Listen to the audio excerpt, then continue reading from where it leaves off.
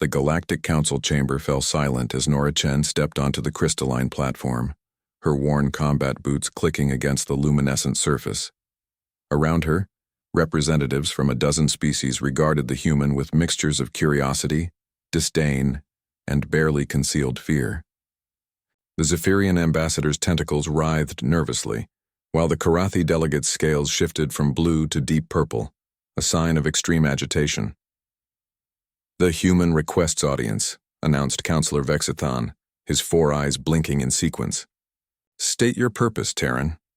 Nora stood perfectly still, her hands clasped behind her back in a stance Alexander would have recognized from their military academy days. She had learned long ago that stillness unnerved aliens almost as much as human unpredictability did. "I'm here about the Kepler 442b colony incident," she said, her voice carrying clearly through the vast chamber's acoustic systems. A ripple of whispers passed through the assembled delegates. The incident had made headlines across the galaxy. An entire Zephyrian research station had gone dark, and the rescue mission had found something impossible.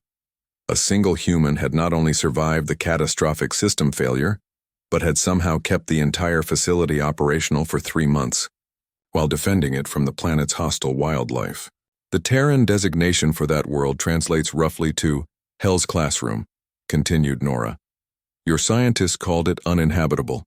Gravity 3 times standard, atmospheric storms that could strip hull plating, and predators that evolved to hunt in packs with tactical coordination rivaling your best military units. The Karathi delegate leaned forward, his scales now a sickly yellow. "How did one human survive what killed our entire research team?" Nora's lips curved in what might have been called a smile on any other species. On a human, it looked predatory. "You want to know the secret? It's not that we're stronger or faster or smarter than you. It's that Earth taught us something your peaceful worlds never could." She began walking slowly around the platform, her movement drawing every eye in the chamber. "You see, Earth is what you might call a death world. Before we ever left our atmosphere, we had to survive ice ages, supervolcanoes, asteroid impacts, and thousands of species that considered us prey. We didn't just adapt to one environment, we conquered them all. Deserts where the sand could cook flesh, jungles where every plant was poisonous, frozen wastelands where the air itself could kill." The Zephyrian ambassador's translator crackled as his tentacles coiled tighter. "This explains physical adaptation, but not what happened on Kepler 442b, Nora interrupted. "Let me tell you about my partner, Alexander Rodriguez. He's currently running deep space reconnaissance in the Veil Nebula, alone, in a ship that most of your species would consider suicide to operate single-handed. You know what he calls it? Tuesday." She stopped walking and faced the council directly. "When your research team encountered the first apex predator pack, they did what any rational species would do. They retreated to the safety of their habitat modules. When the environmental systems began failing, they sent distress calls and waited for rescue. When the creatures began coordinating attacks on the facility's weak points, your people did what their evolution told them. They sought safety in numbers and hoped for the best." Nora's voice grew harder, more focused. "I did what Earth taught me. I studied the enemy, learned their patterns, and turned their own tactics against them. While your people huddled in the central lab, I was out there in the storms, hunting pack leaders and disrupting their command structure. When the life support failed, I didn't wait for rescue. I jury-rigged solutions using salvaged parts and sheer bloody-minded determination to not die on some backwater planet." The chamber was completely silent now. Even the usual background hum of translation devices had stopped. "Your species evolved on garden worlds," Nora continued, her voice carrying a weight that made several delegates shift uncomfortably. "You developed intelligence, technology, civilization, all wonderful things. But you never learned the most important lesson the universe has to teach." "Which is?" Councillor Vexthon asked quietly.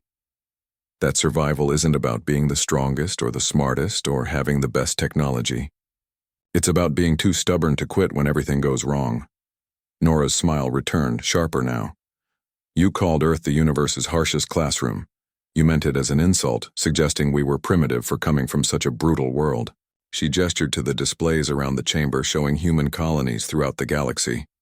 Settlements thriving on worlds other species had written off as uninhabitable. Human ships exploring regions of space that others feared to enter. Human scientists making breakthrough discoveries in environments that would kill most other sapients.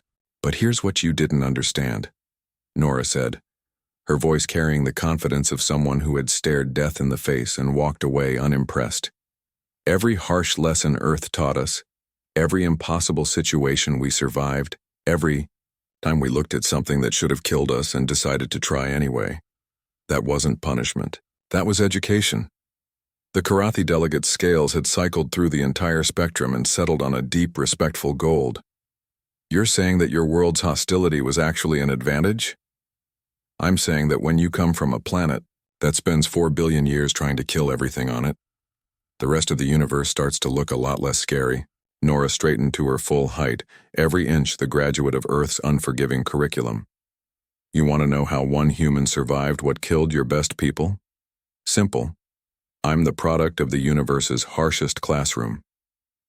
She paused, letting her words sink in before delivering the final line with quiet pride. And I graduated at the top of my class.